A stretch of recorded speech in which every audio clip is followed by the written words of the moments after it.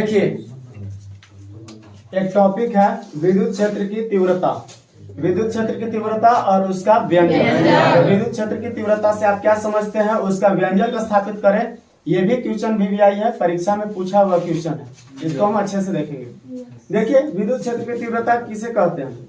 दो बिंदु आवेशों के बीच आवेश के कारण उत्पन्न बल और आवेशों के अनुपात को विद्युत क्षेत्र की तीव्रता कहा जाता है ना। आवेशों के अनुपात और उसके बल और आवेशों के अनुपात को क्या कहा जाता है? विद्युत क्षेत्र की तीव्रता। इसे ई द्वारा सूचित किया जाता है। तो ई बराबर क्या हो जाएगा? ई बराबर बल बटा क्यू नॉट। यानी कि विद्युत क्षेत्र की तीव्रता ई बराबर क्या हो जाएगा? उसके बीच का उत्पन्न हुआ बल और आवेश के अनुपात को ही क्या कहा जाता है? विद्युत क्षेत्र की तीव्रता। इसका एसआई मात्रा क्या हो जाता है?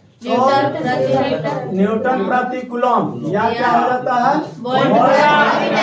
वोल्ट प्रति मीटर हो जाता है ना। इसे हम ई द्वारा सूचित करते हैं। अब इसको हम क्या करेंगे? तो अब व्यंजक स्थापित करेंगे ना। तो परिभाषा में क्या था कि दो बिंदु आवेश, एक आवेश मान लीजिए ये है, एक आवेश ये है, एक आवेश Q है, एक आवेश Q नोट है। दो ठो आवेश हो गया। अच्छा, इसके बीच की दूरी क्या हो जाता है? वो R हो जाता है। बीच की दूरी R है। एक आवेश Q है और एक आवेश Q नोट। दो ठो आवेश है। अब दो आवेशों के बीच के जो भी बल उत्पन्न होगा वो और आवेश के अनुपात को ही क्या कहा जाता है? कहा जाता है। अब हम यहाँ पे जो ये है ना, ये बिंदु की है, आवेश क्यू नोट की है, बीच की दूरी R है, उसी को हम क्या कर लेंगे? माना की लिख लेंगे। तो लिखेंगे माना की दो बिंदु आवेश, माना की दो बिंदु आवेश Q तथा Q नोट है, जिसके बीच की दूरी R है ना। जिसके बीच की दूरी क्या है? इसके बीच की दूरी R है तथा आवेशों के कारण उत्पन्न आकर्षण तथा प्रतिकर्षण बल, प्रतिकर्षण जैसे आप न्यूटन वाला, अरे सॉरी सेम वैसे ही लिख देना। उसके बीच का आकर्षण प्रतिकर्षण बल F है। तो कूलॉम के नियम के अनुसार ना है तो क्या चीज? कूलॉम के नियम के अनुसार,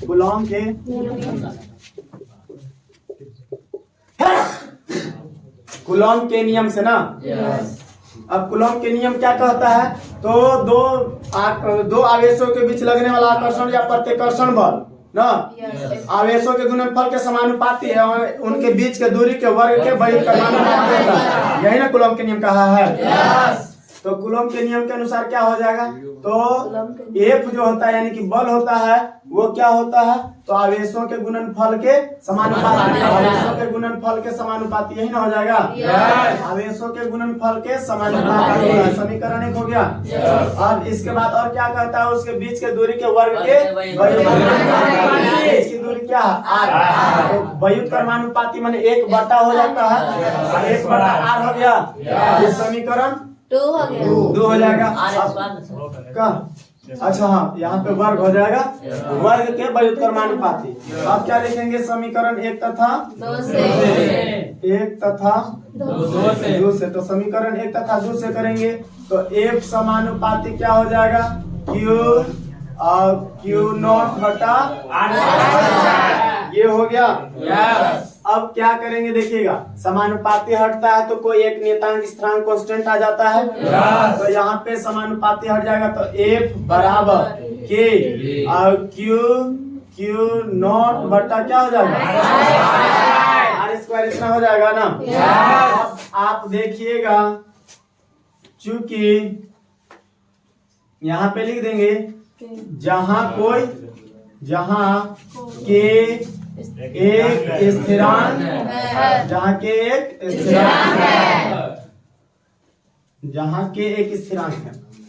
अब हम जानते हैं कि E बराबर क्या होता है? F बटा Q नोट। E बराबर क्या होता है? F बटा Q नोट। ई बराबर एफ बटा क्यू नॉट, एफ बटा क्यू नॉट। तो जहाँ पे एफ है उसके बदले ई आ जाएगा और एफ के बदले ई आ जाएगा और क्यू नॉट नीचे हो जाएगा। तो यहाँ पे क्या कर लेंगे, ई बराबर हो जाएगा के क्यू नॉट बटा q naught into r square. चूंकि लिख देंगे, चूंकि ई बराबर एफ बटा क्यू नॉट, एफ बटा क्यू नॉट होता है ना, इसी से हम यहाँ पे किए। अब ई बराबर क्या हो जाएगा, ये क्यू नॉट खत्म हो जाएगा ना। अब क्या बच गया, के क्यू बटा। अब देखिए जो के है उस के का मान हम जानते हैं 1/4 पाई एप्सिलॉन नॉट होता है। के का मान 1/4 पाई एप्सिलॉन नॉट। तो के जगह पर कर देंगे 1/4 पाई एप्सिलॉन नॉट और क्या हो जाएगा, क्यू बटा आर स्क्वायर। यही है विद्युत क्षेत्र की तीव्रता का व्यंजक। विद्युत क्षेत्र का तीव्रता का व्यंजक, विद्युत क्षेत्र का तीव्रता का व्यंजक ये प्रूव हो गया।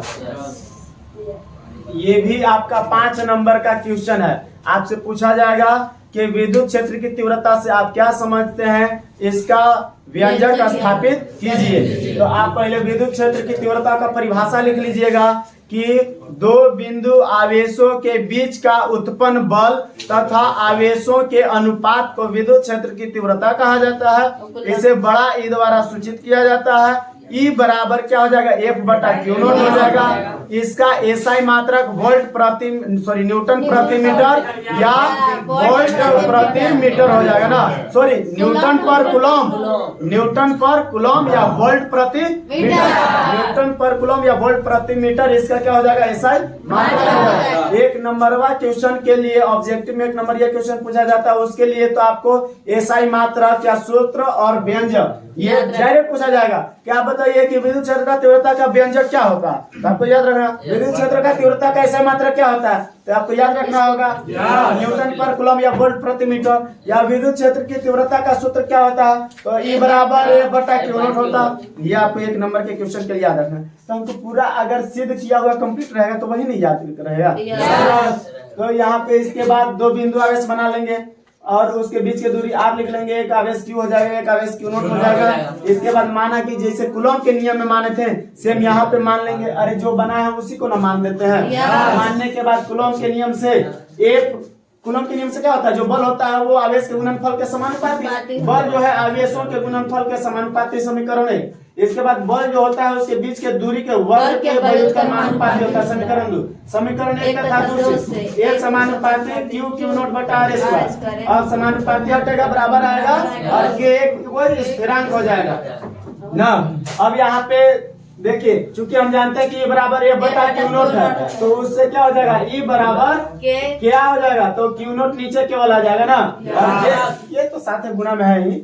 अब देखिए क्या हो जाएगा, के का बदले यहाँ पे क्यू नॉट कट गया। अब के क्यू बटा आर स्क्वायर हो गया। के जगह पर क्या हो जाता है, के का मान होता है 1/4। इसको भी लिखना है तो लिख सकते हो, वरना याद हो गया होगा आप लोग को। ऐसे भी कूलम के नियम में बहुत बार आप पढ़ दिए हैं। के बराबर 1/4 पाई एप्सिलॉन नॉट। आप लोग को कंप्लीट हो गया, कोई दिक्कत नहीं ना।